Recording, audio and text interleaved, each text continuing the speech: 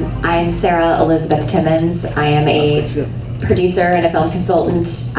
My company is Life Out Loud Films, and we work with projects from concept and development all the way through distribution and marketing, and primarily work with feature films, although we do also do unscripted and some documentary work. So that's me. Hi, I am Lisa Wickham. You all hearing me? Yes. Okay.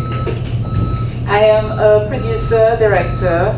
I am the president and CEO of Imagine Media International Limited, and we do full service production, fabrications, and training.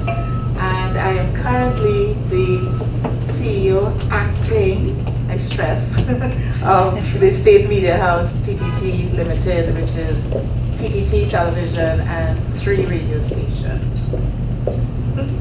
Hi, I'm Aimee Schoof. I have a production company as well, and a producer. Made over 30 movies, been doing it a while, and also have a comic book company called Red Giant Entertainment, where we develop comic book properties for film and television. And we also take it all the way through from the beginning all the way to the end. And really psyched to be here. And yesterday was a really fun day. And hope you guys enjoy it. So we're going to talk about pre-production. So just jump in. So how many of you guys in the room have made movies, made something? Yeah, okay, great. And how many of you in the room wish you had more time in pre-production? We always wish we had more time. So pre-production is so important, as you guys know. Planning is everything, because once you get to shooting, I call it the train has left the station, the train is rolling, and it's really hard to stop it, right? You're always trying to catch up. So pre-production is really, really essential to plan.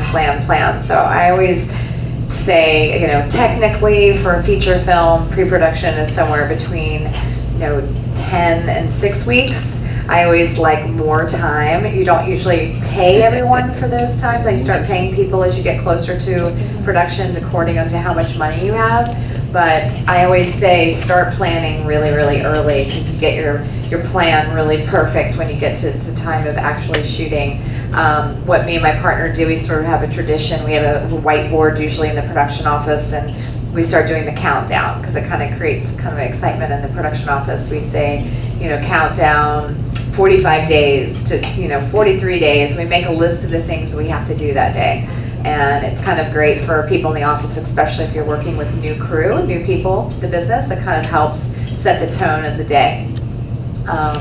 So what do you guys think is like the most important thing in pre-production? Like I do locations is usually what we do first, because especially for low budget filmmaking, we're not building sets, right? Like, every now and then you get the opportunity to build something, but usually you're shooting on a location. So you want to find your locations first that are best for what you're looking to shoot, and then you kind of build around that, right? You're like, okay, this is where it's going to be. I can negotiate, some great rate for this person's house or this stage or this room or whatever it is, and you kind of build around that.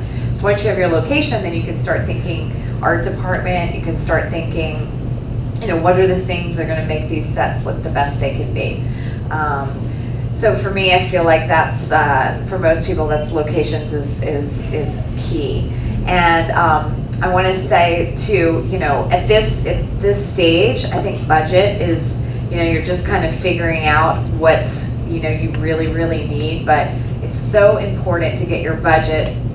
You never say locked budget, like, but you get the budget that you really, really have. Like, so you've got, as you're building your movie along the way, you hope and dream that you get your wish budget. And then when you get to like 8 weeks before, 6 weeks before, you say, okay, well, this is the reality of what I have. I have these $5 to make this movie, right? Or this, $50 to make this movie, or whatever it is.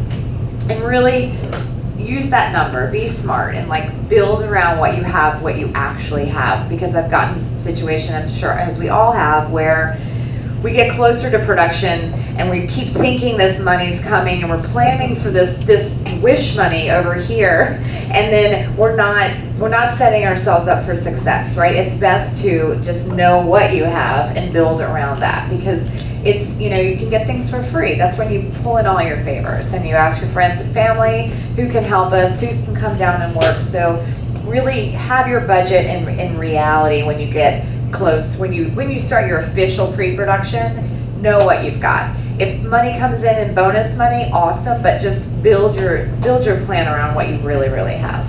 I know a lot of friends that have, we've got all our money, and they go all the way through pre-production, and the next thing I know, they're like, everything fell apart. We lost the money, we're not shooting. And I'm like, well, how do you lose the money if you had the money? So did you really get that money and put it in the bank? So I don't count on the money unless it actually is in the bank, because people can string you along up until that day, but all of pre-production was for nothing if you've been planning around something that you don't have. Absolutely. From our setting, I also want to say that we are very resourceful. I'm seeing a number of producers in the room, and we operate from zero. So whereas you might be thinking that you have a budget of even $1 million, which is a small amount in the wider community, our budgets start from zero, literally, because it's very hard to raise finance here in Trinidad and Tobago.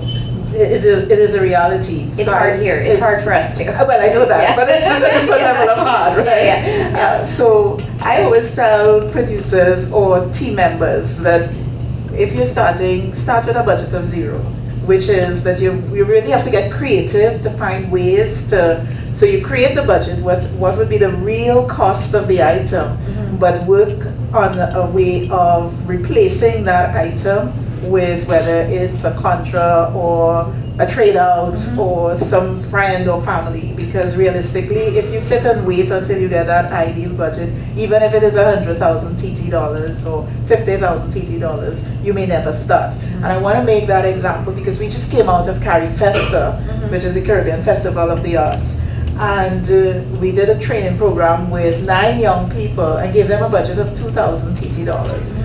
And one of the groups actually used that just for catering because they got everything else sponsored, or friends or family to produce these shorts. And that was very instructive to me because the 3 scripts that were produced were sitting in with the script writers for so long. They never thought that they would be able to produce these scripts, and they came in 6 days and ended up with a short. So it's just evident in our context how possible it is to really produce and just start producing. We're talking, this is not a feature film, but now they have a teaser that they can go, or scissor reel that they can go, or proof of concept that they can go now and get additional funding for the feature film. It's totally possible. Yeah, you really, like, in replace of, like, you do your budget, and if you don't have, if it's a zero, then you say, okay, this person's gonna do that job, or this person's donating catering on that day, or this person's doing that, and you just, they're trades. I've done that as well. We've done a lot of micro budget movies, and so it's actually it's fun. Like, you have to be resourceful. Well, I think it's also, in that case, more important that you do have a longer pre-production time, because it does take time to negotiate those resources or in kind. And I think too, in getting creative, when you're going out and you started talking about locations, as you're starting to get locations, you're thinking outside of the box of going, okay, well, if I don't have the money to move our whole crew a million times, like we had one film where we found this abandoned hotel. I mean, it was abandoned. Our department had a free reign to do whatever they want, but we used that for like 2 different dorm rooms for the character, and then we used it as the hotel, and then the lobby we turned to the bar scene, and like we literally didn't have to move the team at all because we found this gem where we could, just kind of create. But it took a lot of prep to get there, to get our department in there, to kind of create everything, but it cost us nothing. And we had a whole location that, ended up being 7 different locations ultimately, and you didn't have to move anyone And that's so perfect because then you don't need vehicles, you don't need to move people from place to place. So really, makeup in a room. Yeah, you start thinking that way. But I just want to say, even if you don't have a budget, it's really important to I think to still act as if everyone has the same roles. Like even if you're not paying people, I think it's important that you hire people for the jobs. Even if you're combining, like, you know, one person's doing 3 different jobs, still allocate and prepare for that, because it's easier, I think, to organize. And a lot of times I think when you do micro budgets, I've done several very, very low budgets where it's a lot of free. You kind of are like, we'll just figure it out. And you kind of, it's this like feeling of like, we'll just work it out. But I think if you act in the same way, like where you do a real itemized budget, each line, even if it's a zero, the whole budget's 0, you still have notes of next to what people are doing. Like hire the crew for the jobs that they need. And even if you have like 5 people and they keep different names for each position or the same names, it's still great to organize in that way. But Aimee, just not Joanna, why I think that's important as well to value, so that you know what the actual value of the production is. Yeah. Because even if you get it for less than what it costs, at the end of the day, you know that this film, this is what the value is. Right. And when you take it to market, you understand what the value is from get-go. So you can run a line and put 0, but you still have a value matched it. And I think it's also important to have proper production. So as you said just now, you know, you're kind of trying to figure it out and, you know, just making it up as you go along. But certainly if you allocate, I like 3 months. 3 months is my ideal, right, for a feature film. 3 months pre-production. Then, because you really want to work out the kinks in that time and not on set.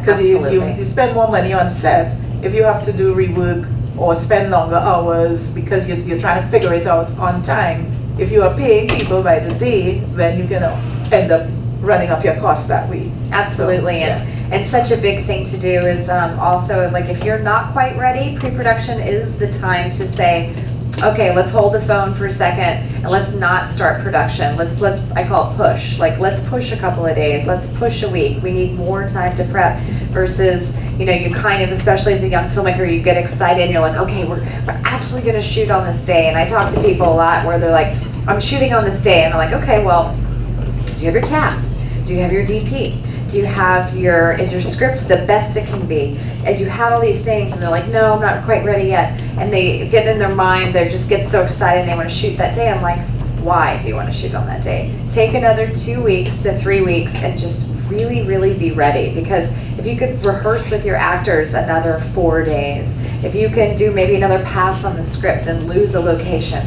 if you can, like, you know, you can adjust to what you've got. There's like, you know, you've got your game plan, and then you find your locations and your actor, and you find your DP, and then you realize, maybe this doesn't work so much with this plan now, and you can adjust and shift, and that's what's so cool about filmmaking. It's like you can change and adjust according to like what the reality of what you have is, and you make the best thing possible. Well, and you can go in, obviously, when you do originally budget.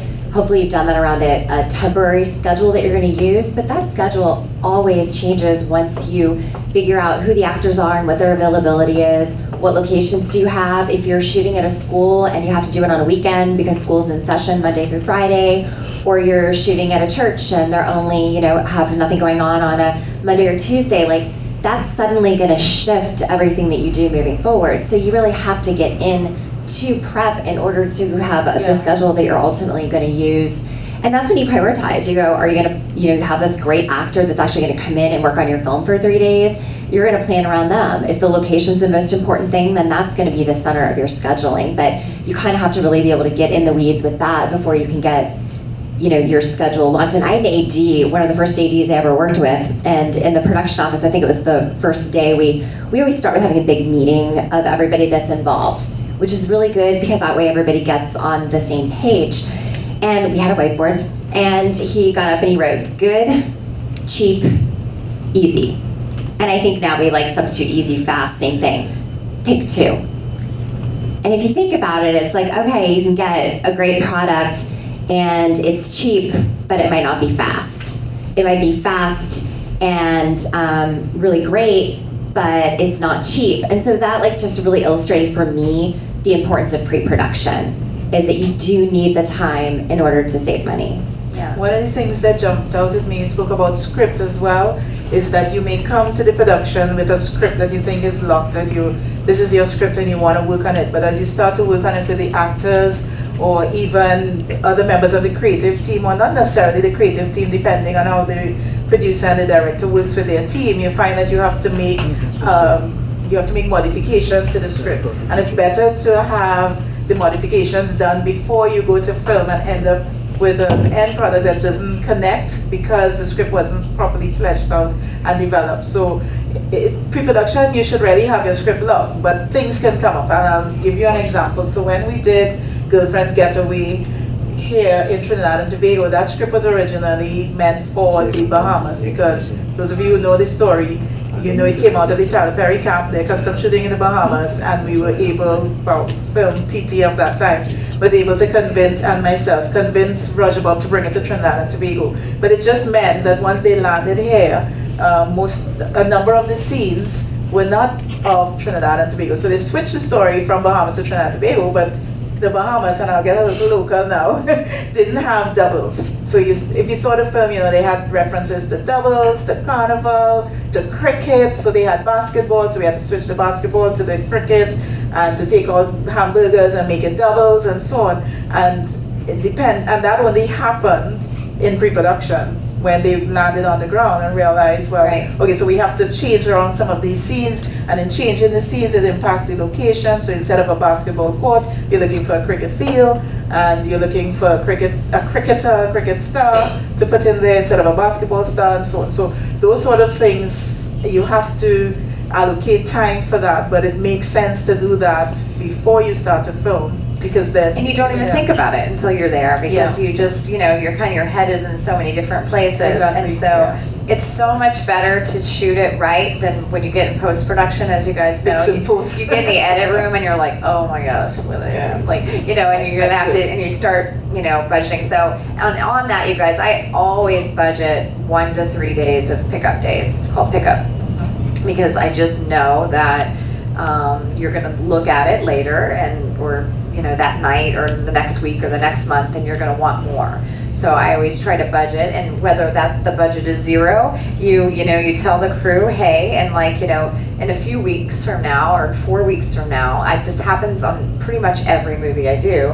We're going to get together again, and we're going to go out and we're going to do establishing shots, or we're going to go get that one scene that we really, really wanted, or we're going to realize, that ending doesn't work perfectly. And so we're going to go and we're going to write a little extra. We're going to go shoot more. But that's what's so cool about it, is that you don't lock yourself in, but you plan for it. And that's what's so great about it. Well, in the planning too, I think it's important that I think we get so caught up in, okay, we need our cast, we need our locations and all the typical prep stuff, but also fast forward and think about post and the end, because, you know, I feel like so many times on set, everyone's like, oh, well, we'll just fix it in post. Oh, there's, you know, it's kind of a period piece, and yet there's power lines going through every scene. Well, you really need to think ahead and be talking to your editor or the post house, so that you know what, because if you don't have a budget, you want to do as much as you can while you're shooting to eliminate any costs that are going to come up to fix something in the end. And then also, like, what is your workflow with, make sure that your camera department or your DP is actually talking to the editor in post house, sound, so that you make sure that you're capturing the video and the sound correctly, so that you don't run into a problem in the end. Like, I found those are some of the most important meetings that we have in prep, is what is the workflow, you know, how are we going to be backing this up every single day and delivering it to the editor. I think it's really important to do a tech scout, for sure. Do a tech scout with all your crew. You know, if you can do it a week before you start shooting, awesome. Usually do it a few days before, but especially if you're not really necessarily paying people and it's all putting it together, go ahead and do a tech scout, you know, a week before, test the flow, shoot it. Like, shoot your tech scout, shoot a couple things, like she said, and figure out your flow. Because I think one of the things I've learned over the years is you need to plan for success. You need to plan for that you're going to deliver this movie to a market, and it's going to be able to get out there. And so you need to have all the proper materials, right? This is just not for you and your friends to, you know, play at your house. like you should, get ready to what's called deliver the movie.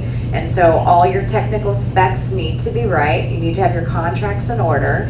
And contracts are important. And again, you might just be working with your friends and your, family members, but do contracts. They're really important. You need release forms. So for everybody that's on screen, anybody that you're shooting, locations, you need release forms, you need photographic release forms, location release forms, so that when you deliver your movie to your distributor, they're going to want to see that stuff. You're going to want to make sure that you have releases. All of a sudden something happens.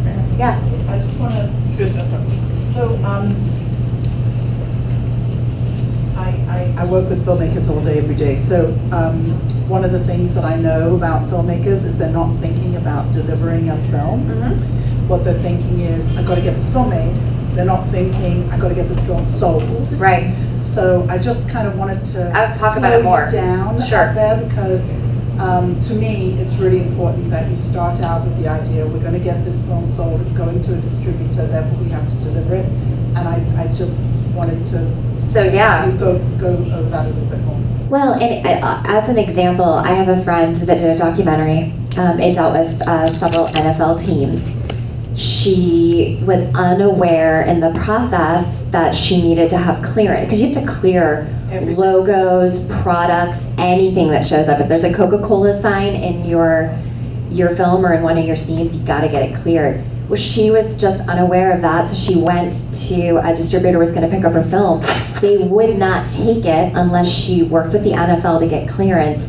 And the price tag on the clearance to use their insignia and their logo was more than she spent on the entire film. And it was low budget, but still. So like that was something that just almost derailed it completely. And thank goodness she did a crowdfunding and was able to raise that money. But you're putting all that work in, and to get to the end and find out that you didn't get the clearances and the releases that you need to actually get it sold. Like, it's not just that they want to see it, they have to see it. They need to see it. They need to protect themselves and Right. HBO or So it's called, there's a Netflix. thing called errors and omissions insurance. So when you get, I don't know about here, but you get production Yeah. insurance, Yeah. basically. It's possible. And even on, you guys, I've made movies on budgets that are tiny, tiny, tiny, and just having to pay a couple $1,000s for insurance can sometimes be overwhelming. But at the end, when you deliver, you have to have what's called errors and omissions insurance, and that is where there's a little box on there saying that you have release forms and permissions of everyone that's been a part of your movie, and you really do need to prepare for that. And so I would recommend, and maybe Stage 32 can have something on their site about it, it's called delivery requirements. And so there's a list, and it's a long, daunting list, and it's something as professional filmmakers you should just get aware of what the items are. What's cool about digital releases, which is what we're all doing these days, when I started the list was like 4 times as long. Now it's a little shorter because people usually it's the QuickTime file. There's certain sound requirements in your sound. You have to make sure that your sound is really done and that it's recorded on different tracks, right? So that your dialogue track is there, your music track is separate, so they can separate it out. And this is for things like dubbing, okay? So like, if your film gets released in a different country, they can do different dubs and subtitles. They're just certain requirements that if you prep right while you're shooting, then at the end you're able to turn it over and you actually be able to have your film will have a bigger life and you'll be prepared for it.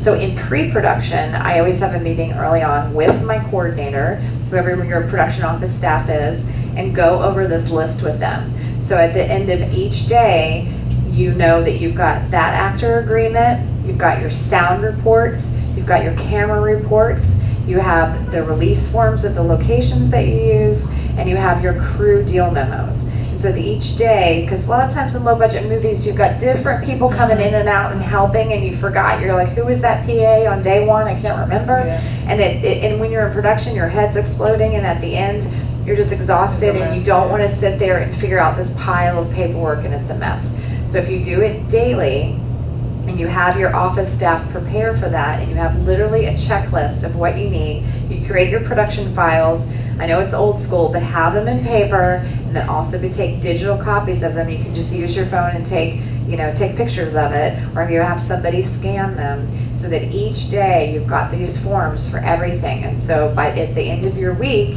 you look at your days and you say, okay, I've got release forms, I've got this, I've got that. I'm making notes in the scripty, like your script supervisor notes. You've got those notes so that when you can hand them over to your editor later, they can make notes.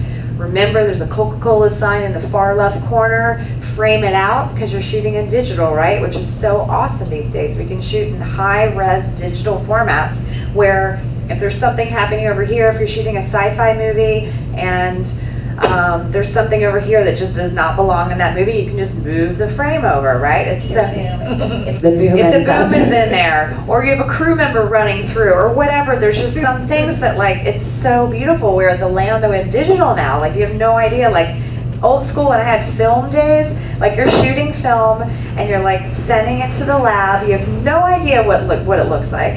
And if they're dailies, there's no such thing as dailies in film land. You would go 2 days later, 3 days later, you get your camera back and there's a big hair in the gate. There's like, there's shit in there. It looks terrible, and you know that you have to reshoot. We're dating ourselves. Yeah, we're dating ourselves. Now it's amazing. You can literally do playback at the moment and say, okay, this is not exactly what I wanted. And look, there's something in the background that I didn't even notice. There's a big billboard with the thing that I'm not going to be able to clear. So I need to move the frame over and do it. Just be really smart. But it's all these things are important. So you make these notes on the day of things that you're going to have to do, and you deliver those notes to your editor. So you have notes every day and you make copies of it. So when you're finished shooting at the end of the week, when we're all exhausted, you're organized. And then at the end of the next week and the next week, especially in low budget filmmaking, how many times do we have to go down? I call it go down and pick back up. Like, you run out of money, or some actor can't work that next week,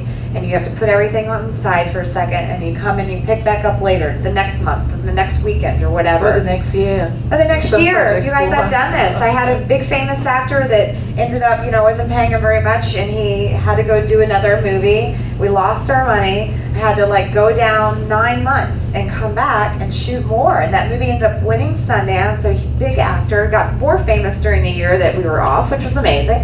And that stuff happened. So if you're organized and you put your stuff aside and you've got your game plan, it's just really so much better. And then you're ready later. You've got all your stuff there. I want to go back to the point on insurance, because Risk Management Services, RMS, guys, they are familiar with production insurance, errors and omissions. So if you are thinking about taking out insurance for your production, you can check them out, because not many companies are familiar with film insurance here, but they've done it for a number of productions that we've worked on. So you can. Yeah, so that's really important. And yeah. Well, and just to kind of, yes, and what you were saying, but add to it, is when you have these contracts, in the moment, make sure they're fully executed. So often I know people that are just grabbing the release forms and putting them in a folder and not thoroughly looking them over. And then you realize that they weren't signed, or there's something that's missing, and it will take so much time to go back and get those fully executed. And then also, I would suggest in the moment, to save yourself time in the end, is to make copies right away, so that you do have all the digital, keep them in a folder, so that when it comes to delivering, you've already done the work, because it is easy. You could have that flaky PA, have the folder in the car, in the van or whatever, and then somehow it gets wet, or it gets lost, or what, it's just stuff happens. And then please, don't just have a signature line, because so many times we can't read it, and you're like, who the heck is that? I don't even know what that says. So just make sure you have really, this happens even recently to me. I'm like, what was I thinking? I can't read this. I can't find this person. I don't know who this is. I mean, I don't even remember, right? So have the lines, they print their name, phone number, email, a couple of ways of contacting them. Because, later on you could be like, oh my gosh, that person, that, one role that was going to be a few lines ended up being in the movie, and I need to contact them, and I need to get another release form from them, or I need to call them back because that day went bad, I need to reshoot it, and this kind of stuff. It's it sounds so basic, but it's just not. And that could just literally be a mistake on the release form, which I've done this, where just a signature line, and then I can't find them. So make sure you've got the multiple lines on all your forms, and it's filled out. And that's whoever your AD is that's doing the paperwork. I will say a bad second AD can just like make or break a production, right? Do we not know this? The AD department. If you have a strong AD department, it is just it's perfect. it makes things If you have perfect. Leslie Ann Caton, you're good. Yeah. That's her right there. Yeah. Lorraine, before you I just want to add to the release sheet story. Yeah, go. So basically it's just a little anecdote. So we film a lot in carnivals, and of course people in the Running street, around, so yeah. you can't be carrying around paper. So, well you can, but I mean it's very difficult with drinks and You do so on. video release. So we actually, a couple of years ago, I worked on a YG music video. He's a rapper from the States, and we actually walked around with the iPad, and the release form was on the iPad, so people signed it digitally. We took a photo, so everything was done digitally. So that was really fantastic, because if we had to walk around with a bag of forms in the middle of Carnival, then they would get. No, you're absolutely right, and that's important. And if you're shooting a documentary or anything too, I did that on our doc as well. You just say, "Hi, my name is so and so," and you can use my likeness. Yeah. On the point of documentation, coming back, because I think my role here is ready to localize it, right? Bring it back home. So with regard to the rebate, it's still available, right? You have to demonstrate that the applicants for the rebate are residents of or nationals of Trinidad and Tobago. So in addition to everything else, you have to take a copy of the ID, whether it's the driving permit or passport. So that you want to get immediately, because if it's not there at the end, then that person's remuneration, whether it's a location or talent or whatever, catering, whatever, is thrown out of your rebate application. So it's very important. Ooh, that's super important. To make sure you get all your IDs. Yeah.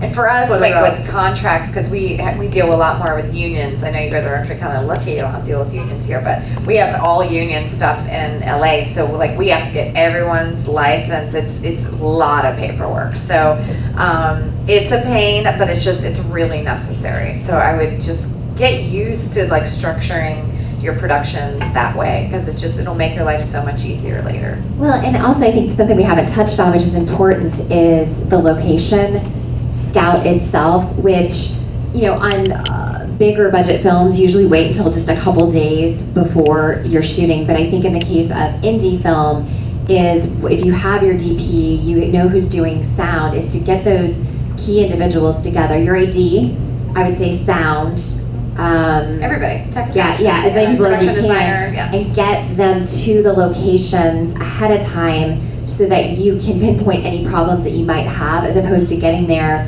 the morning of and realizing that there's this big air conditioning unit that you don't have access to that's going to ruin sound, and therefore you can't shoot all day because it's locked up and the only person that has the key is like traveling to some other island for the day. Like stuff like that can completely derail your entire. I've never driven to Chicago with the keys to a picture car in my pocket. No. I mean, there's like anything can go wrong. So the more that you actually prep, in pre-production to make sure that, okay, and if this does happen, if it pours rain, we've got a backup location ready to go, and everybody's seen it. So they know exactly once we trigger rain location, everybody's been there, everyone knows what's going on, and we can very seamlessly transition. So I think the location scout, I don't know if anyone has anything they want to share about location scouts specifically that would be helpful. Yeah, it's really important, and for your locations, make sure that you're getting the release forms from the owner of the location, not the person that's like squatting there or renting from there, like the owner, the person that actually owns the land and owns the property, because that has happened to me so many times. You show up and maybe your location intern or PA or even the manager thought that was the owner, but it wasn't the owner. It was some person fronting as the owner and wanted a kickback. They wanted to be paid for something. And that happens. And so make sure that you're really talking to the right person and that you do the contract with the right person, so that you're protected, because you never know. You could even have a contract with somebody and you show up and there's a lock on the door and they're gone. And so, I love having backup locations. always, especially in the area where there's rain. I made a ton of movies in New York City. Los Angeles is great in that way. There doesn't rain very often, but in New York, there's always rain. There's always like crazy weather. You could say it's going to be a pretty day, and then it's like rain and thunder all day. So you have backup locations. So always kind of have that in your plan. And when you're doing your shooting schedule, do your exterior locations, schedule them first, right? So schedule the trickier locations where you're like really dependent on rain or sun or whatever. Do those first up in your schedule so that if something happens where it's terrible and you have room to move and adjust, right? You don't want to back yourself into a corner where you have those days at the very end because something might go wrong. So schedule them up front. Two things I want to say about location scouting. Explain to the owners, especially of residential properties, exactly what you plan to do to their place. Because if it is that you take the place, and ideally you don't want them there, but some people stay around, and you have to take out the whole living room, or, and then they start to go crazy on you. You want to explain that first, or you want to have them completely moved. We were joking the other day when we had to move people and put dogs into pet.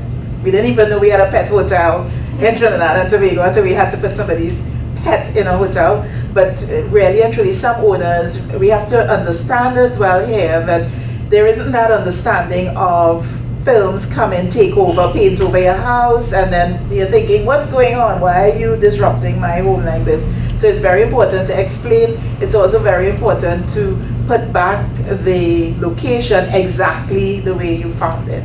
And well, take photos so that you know what to do. So I've been on a nightmare production where the crew, not a local crew, but the crew totally totally disrupted the people's property, one location after the other. Completely nightmare. We've been on another production where the people got back their locations even better than the way they got it, which is preferred. So that is important.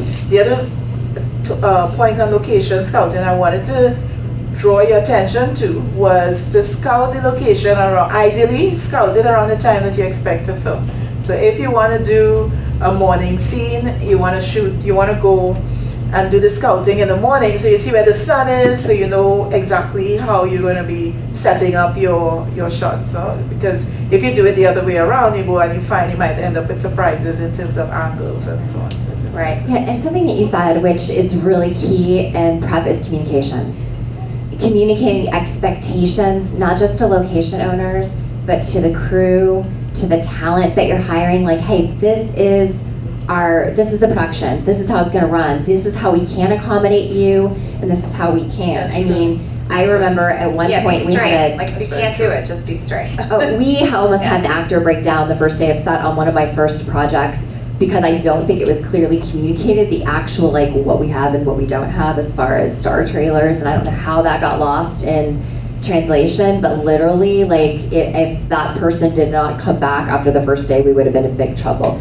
And now what I started doing after that experience was I, as a producer, would go to the airport and meet every single talent, so that they met me. I would talk to them on the phone before. They knew what we had, what we didn't have. We're going to take care of you as much as we can, but this is our budget. This is the reality that we have, and ever since then I haven't had a problem. But that starts with communication.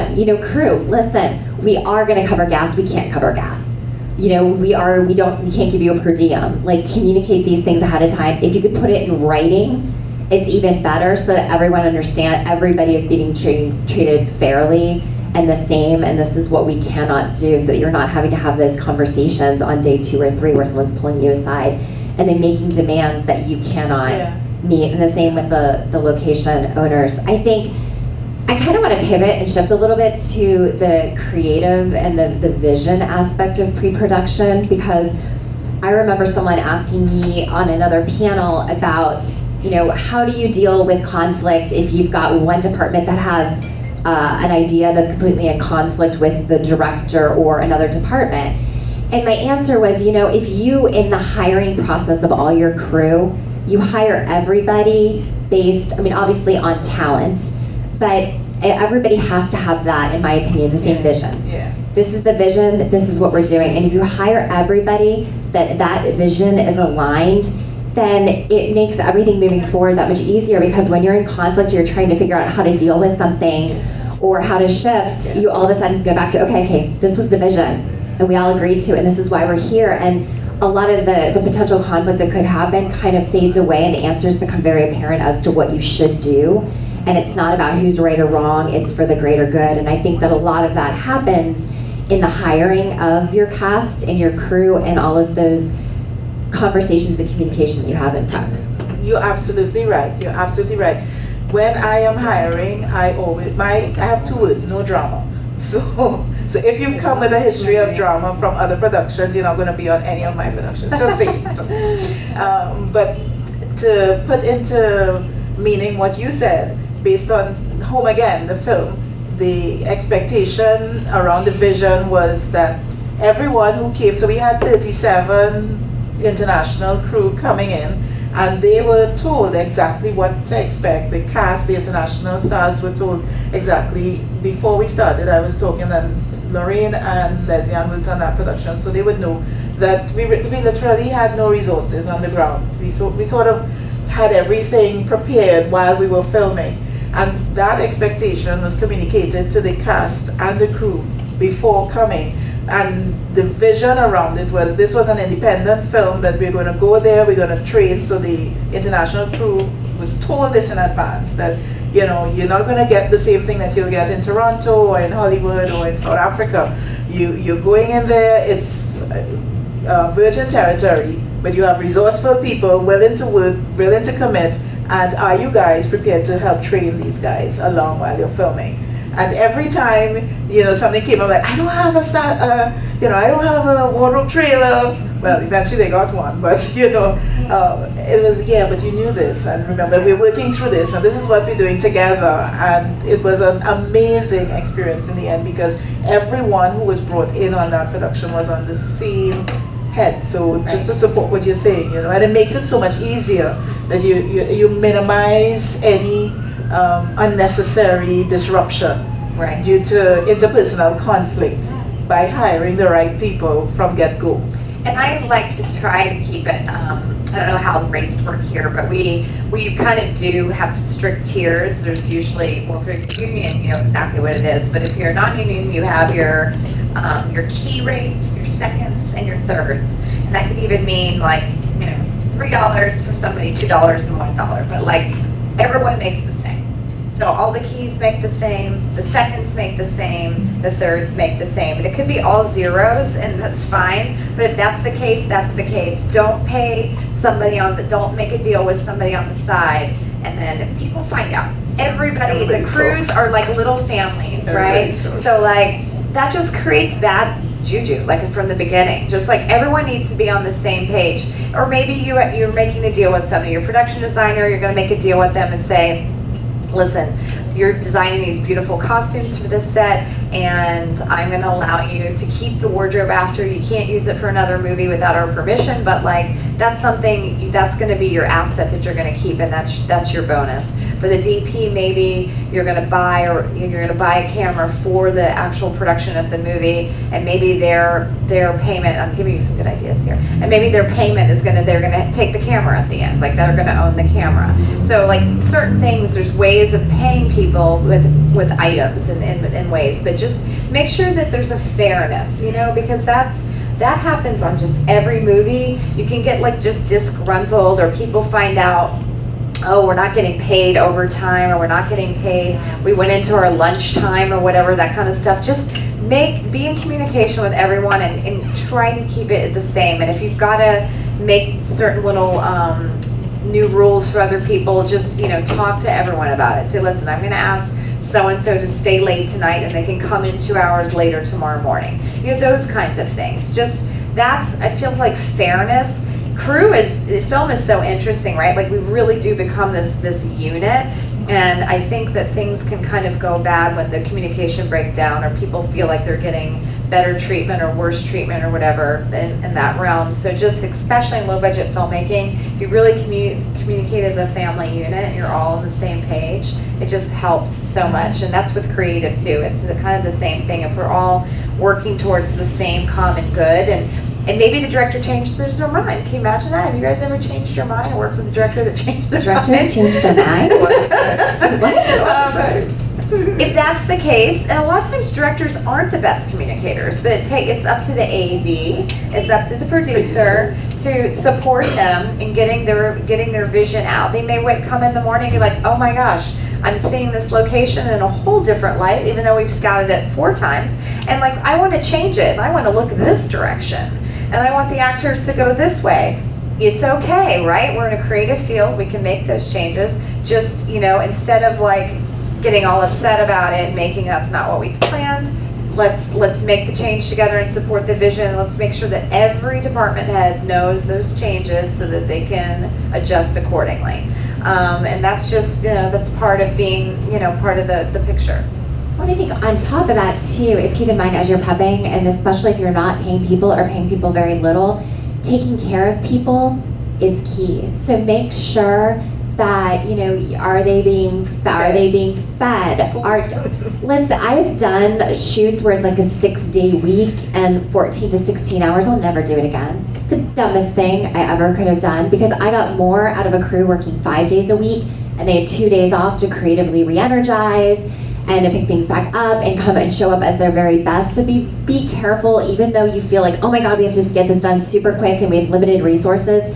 Your resources are even more limited if your crew is exhausted, they're hungry, they're not feeling good about the surroundings. So taking care, a happy crew, and that also reflects on the screen and what your final product is going to look like. So really keep that in mind, because it's very easy to get very distracted about, we don't have any money, we have to go do this under these conditions. Well, every condition is either going to add to it or take away, and make sure those are all balanced out. I want to pivot. I remembered earlier and I forgot and I remembered again. So BTS, behind the scenes, when Joanna spoke about preparing for distribution, it's very important, and most times people forget or they don't have a budget for it, but to capture the behind the scenes photographs while you're filming, not everyone's going to have a budget for a Rafi to have, like a big budget photographer, film photographer on set.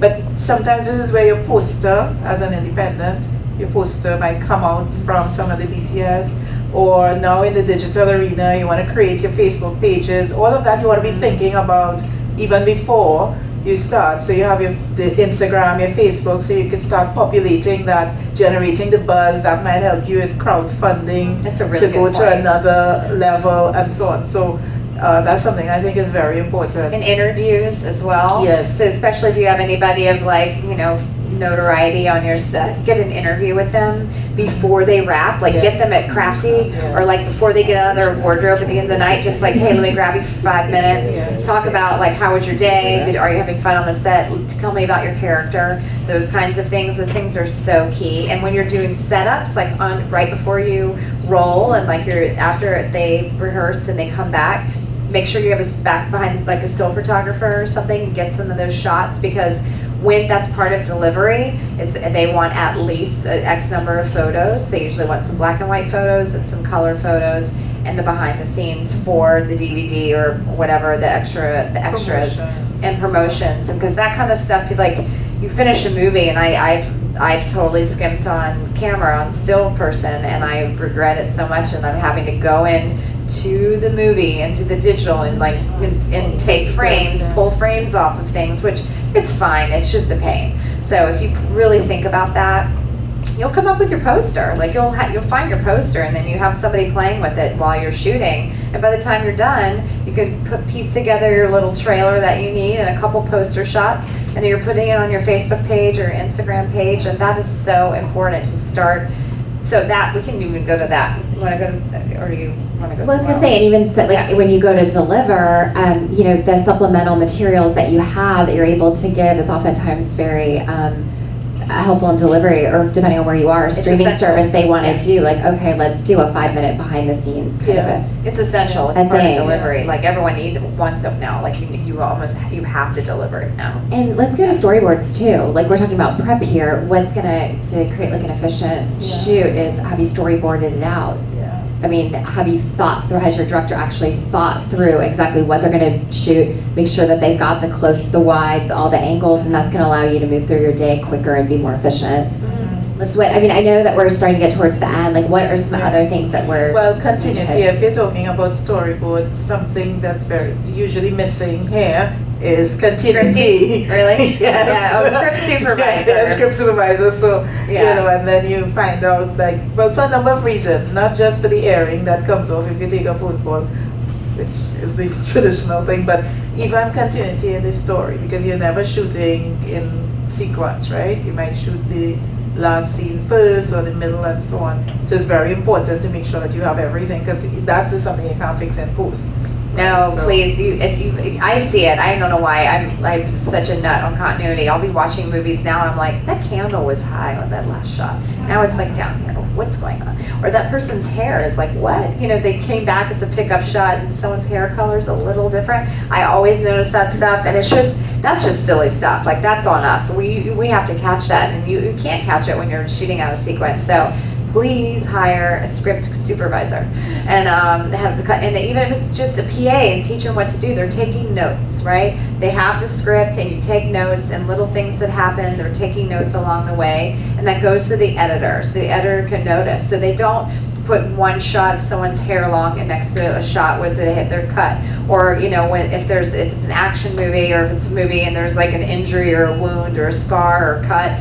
That kind of stuff is so important. Like, in one scene it's there and the next scene it's not. That kind of stuff is just that there's a person specifically for that role. Well, and later on today, for those of you that are in this track all day long, I think it's right after lunch, there is a panel that specifically is going to talk about all the different crew members and the ones that are essential, and where you really want to focus when you crew up a film. So we'll go into that even more so, and can answer some questions. Are there any questions as we start to finish up this panel about pre-production?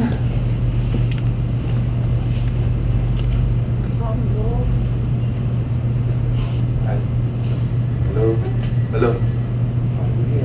Yes. I think they're recording. Yeah. Good day, everyone. Chris, I just wanted to know for Sara and Aimee, if there were any productions that you all did in our you really said you were financial, and between, I think yesterday you said $35,000 US, $85,000 US. If you ever did any micro budget productions like that, and also the whole panel, were there any things that occurred during pre-production that nightmares that you had to deal with, maybe day before principal photography, that stuff that you had to overcome that could have altered the actual production?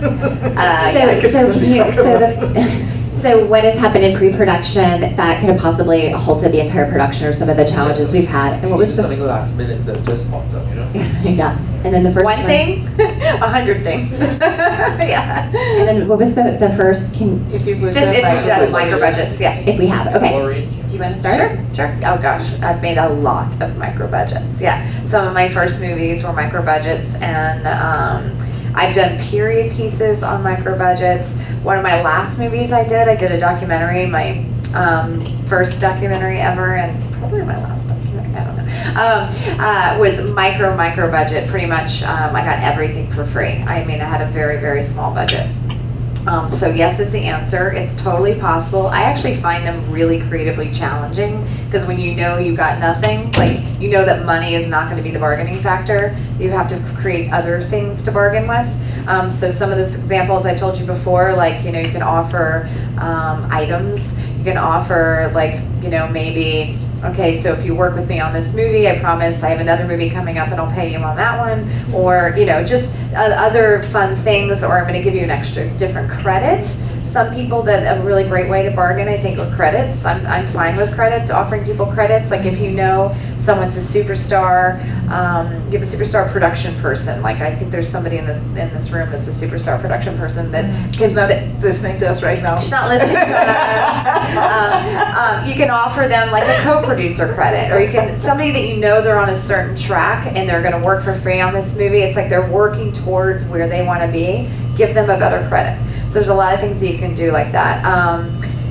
Things that go wrong, I mean, you name it. I've had lead actors fall out, the day before. I've had lost locations the day before. 9/11 happened the day before I was about to go into pre-production in the state. I've had storms, everything. Anything is possible. You just have to think about how you're gonna arrange it. You end up moving the scenes you're gonna shoot the next day. The actor that was supposed to play the next day, you push it to the end of the week so you can recast. I've recast 3 roles in 3 days, major roles. And were they gonna be as good as the original people? Who knows? Sometimes it But turned out to be sometimes better. it's better. Yeah, You just, sometimes, yeah. thing is, it's I make jokes, it's the film gods, and they have their own plan in some Yeah. way, and they align with your plan as people show up and as they arrive. And The one that jumps out for me is on Home Again. The biggest thing was these trailers, right? Because we had no trailers, no star trailers, no wardrobe, no camera trucks, nothing.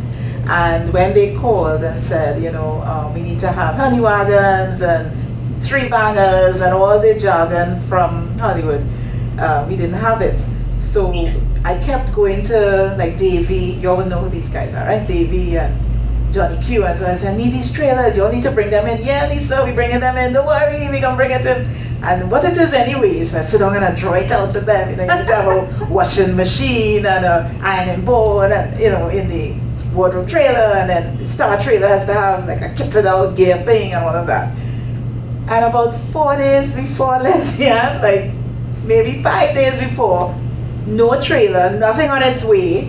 And the producers from Canada had said they can't make a movie without trailers. So I had told them, well, we use tents at the back of our big soca concerts. And tents, are you crazy? This is a movie. We need trailers, right? I made so many movies without trailers. Well, yeah, but they were we need the trailers, especially to move, because we had 22 locations That's on this hard. film, right? Yeah. 1,000 extras, and it was A big a one. massive That's a production lot. for him. Yeah. So it's how are we going to do this with all these trailers? And Leslie Ann and I went down to Roussillon, which is very far for us, right? It's 2.5 hours, which is nothing in the US, I know, but here it's Okay. right? and because at that point it was do or die. So it was a case of we had to have these. It was camera, wardrobe, makeup, star trailers, right? So we went down to Roussillon and found the place where they manufacture the containers and they kit it out for the oil industry. And we had a meeting with them, and I said, guys, I need these 7 trailers by Sunday. And they said, well, you know what? And meanwhile, our Canadians were it's not possible. This is not going to happen. We're shh, shh, this is Trinidad. And that's where, we may not have the same standards of performance internationally, but I don't know if it's because of Carnival and being able to do things which I don't necessarily condone. But at that point, it was a resource that really helped us, because they said, here what? We will take our 40-something employees and take them off everything else, and I promise you'll get those trailers in 4 to 5 days. And by Sunday morning, we were rolling up. The camera truck was ready. We were able to go pick up the gear in the airport, and That's awesome. I want to see those trailers. No, they don't exist anymore, because guess what? We have almost 50-something proper star trailers now. Afterwards, the trailers started coming in after So the movie. excellent. And the star trailer has a washing machine in the middle of the trailer, because they kind of got the logistics mixed up.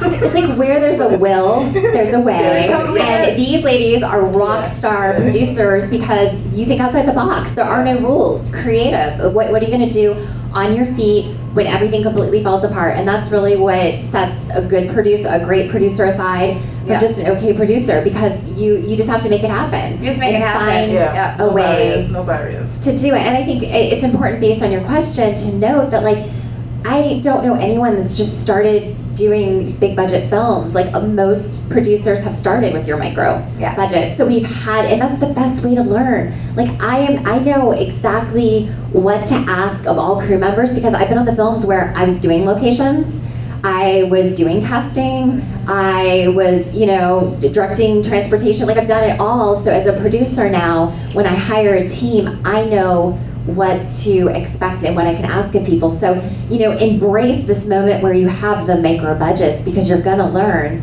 so much. So yes, I've done micro budgets. I've gotten frequent flyer miles donated so that we didn't pay anything for our flights for crew. I've done deals with hotels and said, listen, the stars or the main talent are going to stay there. You can be the official lodging partner of our hotel and we'll give you, or of our film, and we'll give you credit.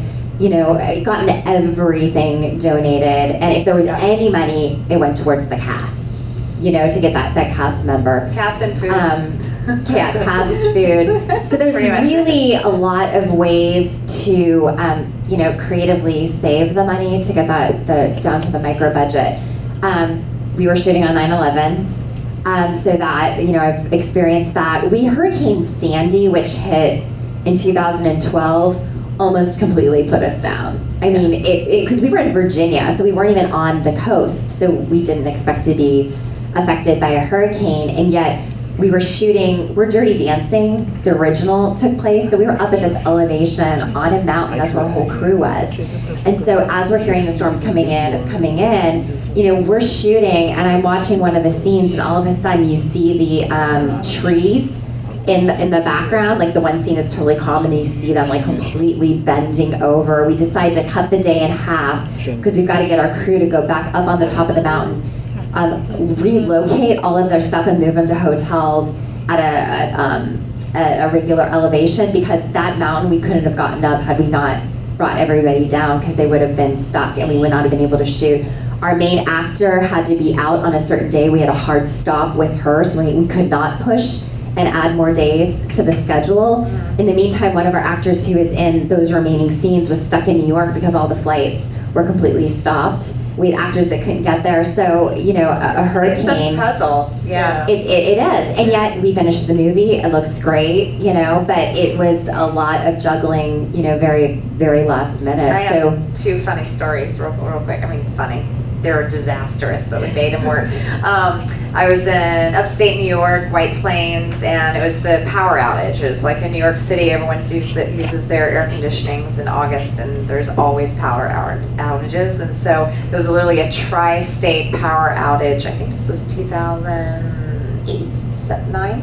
And we were shooting in White Plains, and we had like half a day left to shoot, but we had generators, of course. So we ended up being the only power in the whole town because we had generators, and so that's a little dangerous, right? So we were like, oh my God. So we hired extra security. I made a pact to the crew. I'm like, hey guys, so I'll make a deal with you. It was like maybe 60 people. I'm like, I'll make a deal with you if you'll stay, because like people, their kids were getting let out of school. It was New York City. It was like shut down.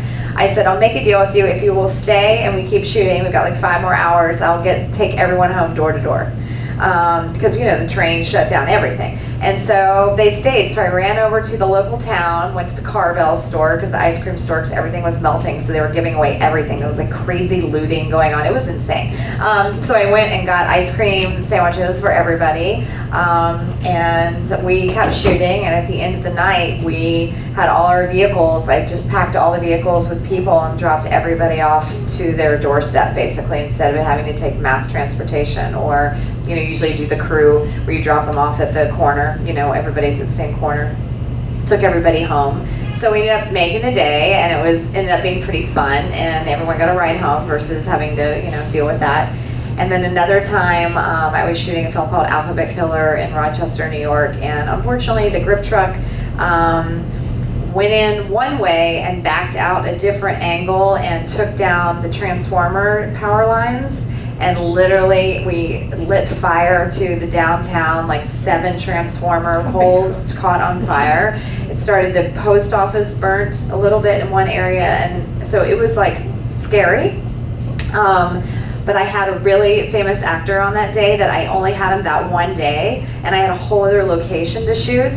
And so, people were a little bit traumatized, so I told everyone, I'm like, okay, everyone, go to lunch early, take 2 hours, and we have to company move up the street. So whoever does not want to come with us, I totally get it. I'm not going to be upset. You can go home, back to your hotel. We're on location. But the rest of us are gonna go and shoot this scene out because like I literally couldn't afford to bring this actor back and like it would ruin the movie. And so we did. So I think 4 crew people that were literally like by the fire, they were like upset. They went home. But we went up the street, and that day, of course, all my investors were there. So like literally my main investors were there, and they loved it. They thought it was so much like so cool that that like everything kept going smooth. So we all went up the street. They were on set, and we finished the day. It was like a 22-hour day. Like it was brutal. So we paid everybody overtime. But the point being, that could have been a complete disaster. We ended up filing an insurance claim on that day, and we actually like made a little money on that day. And the town, we like made good with the town. They were fine. We ended up going in the newspapers. Even better story. So from that day, that newspaper story, it was based on a true story of a real serial killer that happened in Rochester, New York in the 70s. That story ended up going further to the news, and they ended up finding one of the killers in Florida from that newspaper article, and they actually caught and arrested one of the guys that were linked to one of the killings and put him in jail in Florida from that movie. Just pretty cool. Small before you wrap, a small, local, not as dramatic. Very dramatic. Not as dramatic at all. The fire ended up We could do a whole panel. We could actually do a whole panel on horror stories. Yeah, exactly. Yeah, that was a hard end. Yeah. But in terms of unexpected, 200 of the 1,000 extras that we had on Home Again was supposed to be in a scene in Belmont on the same night as Army Fete. That's one of the biggest parties during our carnival season, because we were filming in Carnival, which by the way is not a good idea unless it has to do with Carnival. But we were filming that same Friday evening, and we had a system where people had to register and then at the end present their registration in order to be paid. And we had 200 people registered for that scene because it was a party scene. And of course they registered and proceeded to Army Fete. So when it was time for our scene, Oh no, there was a party? so when it was time to shoot the scene, we had like 20 extras, right? And it's supposed to be this big fete. Of course the lady was going crazy and just grabbing people from all over. And Yes, and not the scripts, and not the scripted characters as well. Yeah. But the other side of that is that at 3 o'clock in the morning, when it was time to pay, so we set up a pay center. Yes, you remember, pay center, police, having the police, because it's cash for paying and so on. All 200 turned up with their chits. Of course they did. And then of course, what can you do? So I had budgeted a certain amount of cash for the 20 people, and the rest was in the vault in the production office at 3 o'clock in the morning. 200 people turn up, they want their money. What can you do? You have to pay, because how are you going to know, Who was there? And the characters too, some people threatening, So we had to go back to the office now, get all that cash, come back, the police was there to assist. But it was a case of just maintaining the peace rather than trying to at that point determine who's going to get paid or who's not going to get paid. But that was something else. Wow, we could keep going and going, but unfortunately So there is crazy, another panel. Extras, one morning we showed up, it was like period 20s, and there were no extras, and so I went literally down to the Bowery in New York City, which is a homeless area, and collected. I was like, you guys, would you like breakfast, and when you come to get a movie? And so I brought them. My costume designer, who's a friend of mine, hated me because she had to, of course, wash all the clothes literally that day for the next day for background, but it worked, and it was kind of actually really sweet. A lot of people had so much fun, And then you had to a lot of them move were the really same, drunk, but and then you had to move the same extras over here and then move them all over there. Turn your back here so we don't know that you're in all the different scenes.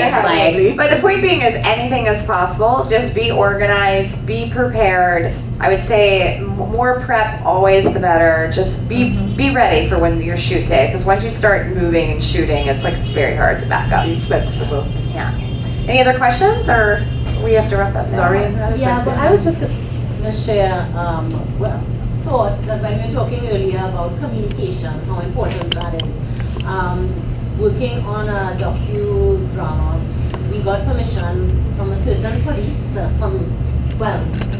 official police we were dealing with, and so we had permission we were filming it's a church, but it was an old cinema, and using the park as like our staging area. So we had all the food, the tents, the cars parking, and the scene is going on. It's a few, like maybe over 50 extras in the church, and it's a period piece, and really getting into the shoot and all that. All of a sudden we hear wreckers in the square. Meaning they come in to move the cars, to wreck the cars, like to tow the cars, because we're parked illegally. Oh no. Oh my gosh. The Port of Spain, the municipal police did not give us permission. And they said the police who gave us permission Didn't have the right to give us permission for Right. there. We ended up, one crew member ended up in jail. Like literally, it was, so talk about confusion. And that, I mean, we got him out obviously, but it was a whole like, to just showing you that you really have to check, because the police station we were dealing with for all the other closings of roads and all that, they were like, yeah, no problem. Yeah, get it in writing. Get it in right. We Yeah, have it in everything. writing. Oh, But they said that police station wasn't Authorized. Jurisdictions, yeah. Well, and so the more you prepare and have everything else knowing that it's going to run smooth because you've done your preparation, when things like that come up or any of these circumstances we've had, you're able to put your full attention towards it because you've done your prep on everything else that you know it's not going to fall apart. Right. If you put your attention towards the one, thing that's now the fire. I mean, our jobs are pretty on fire, so. And just accidents happen, and again, if you're the leader, if you're in charge of your set or in a production, if you can just kind of keep calm, like that's one thing about me, like I get like super calm. When the crazier it gets, the calmer I get, and it's just keep your head, just handle it. Safety is first, obviously, always safety's first for folks, but just keep your head. You can pretty much deal with anything, and just be a leader and be a strong leader and be kind and try to stay calm. Yeah. And one other example is also about crew. So we have the thing here where you bring in, when we do big productions, the heads of department usually come in. So, and then we have a lot of local men. So of course, again, disparity in the conditions, you always have to be so careful. So on the feature that I worked on a couple of years ago, the foreign crew wanted overtime because we were doing 40. Of course, yeah. We're not accustomed to that here in Trinidad. Right. We just work. Just work. And but of course, the heads of department were now concerned about their training, because everybody, it's a bond, it becomes a family. So obviously we had to step it up and do overtime for the locals as well. And it was like unheard of, like that was the first time. But you, as a producer on the film, I couldn't allow, the foreigners to be given that privilege. Of course, yeah. So, but it's just things like that in terms of communication, because people speak.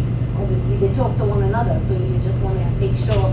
And as you said, it's really about keeping that harmony and balance. I mean, It is, it's a family. and things just happen. As long as you just communicate it, you can communicate at the end of the night and everything. I think we have to wrap it up now. Yeah. Do everyone want to go through and share a resource when it comes to prep that the audience can use? Moving forward, and if you have like a last comment, then. Well, I think I want to endorse Film TT, to say that Film TT is a resource in terms of providing facilitation, especially over the past few, I would say the past 2 or 3 years, Nika, in terms of pulling together the state enterprises that are responsible, whether it's and quasi-state enterprises, whether it's TTPS for police and security. So if you were custom filming, you would know this, but if you're new, you may be thinking, okay, how do I get permission to film down in Shagaramas, CDA, just go to Regina or Nika, and it's easier now to get, because everything exists in one place. I want to also tell you about risk management services, because it is a reality. Insurance is becoming even more critical, and they're the only ones that I know. And also, if you are preparing for the rebate, to make sure that you do all your paperwork. The paperwork that Aimee is talking about becomes even more critical, because at the end of your production, pre-production becomes important, as well as doing principal photography, because you have to do an audit when you submit for the rebate. And the more that you have in place, it's the easier the process is for you to get your rebate process faster. So those are my thanks. Yeah. I was going to say, of course, Stage 32. That's how we're all here. They're just an amazing resource, and they have forms and any questions you have for crewing up, everything. There's everything there. IMDb Pro. I always push IMDb Pro. They're awesome.